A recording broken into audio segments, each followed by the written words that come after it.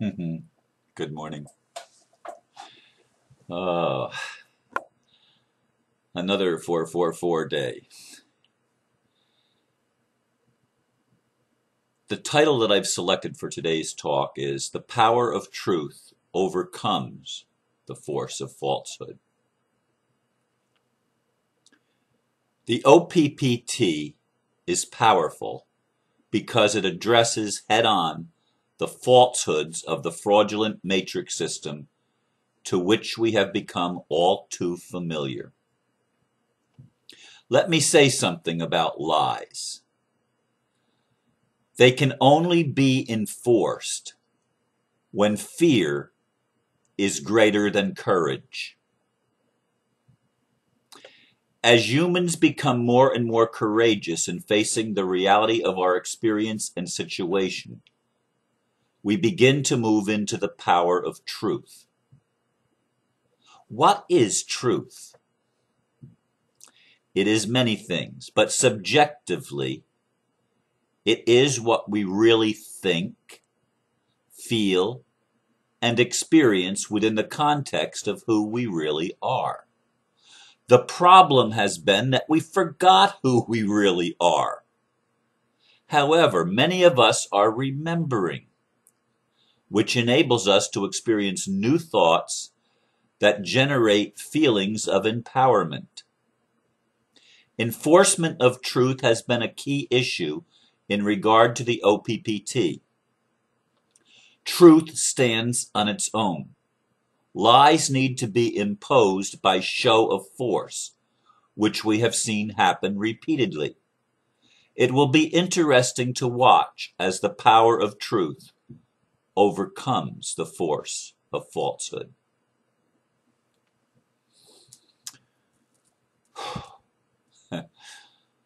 I'm going to go to court again today, this time for a friend trying to save her house that I've tried to help her along the way, educating her and giving her things to say in some of her documents that she has submitted to the court. And the plaintiff, which is the bank in this case, and their attorney, have moved to strike her affirmative defenses, and they have requested a hearing to get the judge to move on that. And I'm going to go as an observer, hopefully keep my mouth shut, and allow her to defend her affirmative defenses, which they denied all of them, including some things that are obviously, there's no truth to their denial. I mean, how can they deny the fact that the same judge that they're going before previously dismissed the case when one of the other banks had brought foreclosure hearings, and it was dismissed by the same judge that the new bank that took over the paperwork is trying to enforce a foreclosure or get a foreclosure. And it's absurd what they're doing. And I point that out because this is how the system has been playing out. The courts have been in bed with the banks, and they have used codified, what's the word? Well, they have used codes and all sorts of other rules that take people's rights away from them and overcome the rights. So I've encouraged her and given her a little bit of coaching to stand on the truth that the judge and the attorney are required by law to take an oath of office to uphold and defend the Constitution. Now, they don't like dealing with that, but I said you've got to keep them on point. The Constitution guarantees you your rights. You need to keep challenging them that if the judge grants the motion, the plaintiff's motion to strike your affirmative defenses, the judge is thereby violating her oath of Constitution, and she's moving to deny you your due process of law. And I've encouraged her to stand and demand a trial by jury, that this case can only be resolved by a trial by jury, and to force the plaintiff to go on and for the record, point by point of the affirmative defenses and prove. I mean, they've just said, they've made the allegation that her affirmative defenses are insufficient. And because there is this threat over people that they're going to have the sheriff or some kind of law enforcement come at you with guns and force you out of your home or force you to do this or to do that, there is an element of fear. And I feel it. I feel it when I'm threatened. And these people that say you don't have to use the legal system to be free, you just have to be free, obviously don't have the system breathing down their neck. Or they wouldn't be able to come off with that highfalutin mindset that they come off with of you don't, why Ron, are you using the law? And so the principle of enforcement is real to those of us that have our lives, homes, or livelihoods threatened by a system based on lies. And in the past, most of us have been too ignorant or too fearful, or both, to stand up to the system and say, enough, and draw the line. That's what the OPPT has done for all of us, if we can see it. And there's still so many people fighting against it. And there's a lot of people on the fence. Well, I want to see which way it's going to go. Well, it's going to go the way that we make it go. It's our energy that we're either going to put into it or not put into it, but it's our energy that is going to be the success. We are the ones that have to get behind an idea. And that's what it is. It's an idea with lawful foundation and legal foundation that will enable us to liberate ourselves and our brothers and sisters from the bondage of the lie. Now, in Hawkins' book, Power versus Force, he says courage, which is the level 200, is where you begin to move into the higher vibrations. You begin to move up into reason and then love. And I don't know it like my friend Steve Hart knows it, but there are levels of consciousness that we move up to. And up until the late 20th century, humanity was basically below 200. We hadn't even reached the place of courage yet. Of course, some would debate that in the American Revolution, wasn't that courage? And indeed it was. That was a forerunner, and there have been incidents and pockets of courage scattered throughout our history, but overall the human race was mostly below the line of courage. However, most of us now, I do believe that a numerical majority of people, at least people that have some awareness, have surpassed and come up to the level of courage. We saw in China, in Beijing, where the one man stood in front of the tank. That's courage. We've seen it in other demonstrations of great courage as people have stood up against the false system. Remember, falsehood requires force. Not free will, but force. They try to force us, the people, into the game. And the OPPT has given us a way out.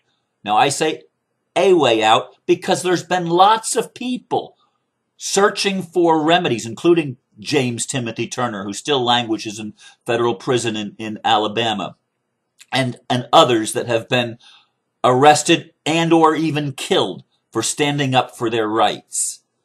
And this has to end. And the OPPT gives us the means of doing this. This is how the power of truth can overcome the force of the falsehood or the force of lies. This is how it happens. Now, I'm waiting to see how heaven responds. And by heaven, I mean how the unseen world chooses to manifest in the seen world.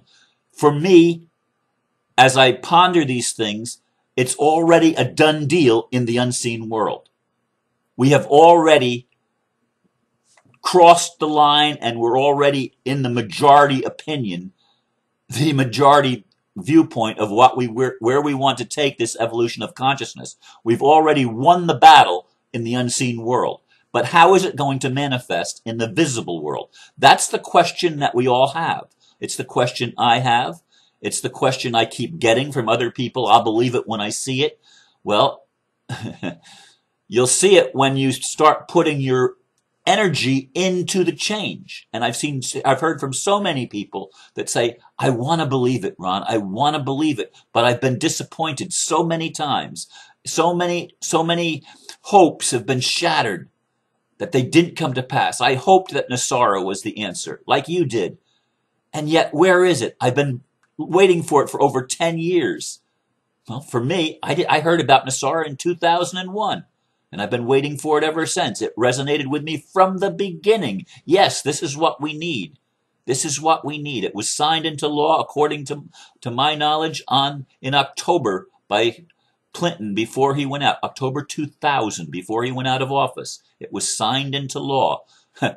Except it was by the force of the Navy SEALs. Again, it was force that had to make him tell the truth and to do something that was right. But it still has been under lock and key and a gag order implemented by the Supreme Court that even the congressman and no public official and no news media are even allowed to talk about it.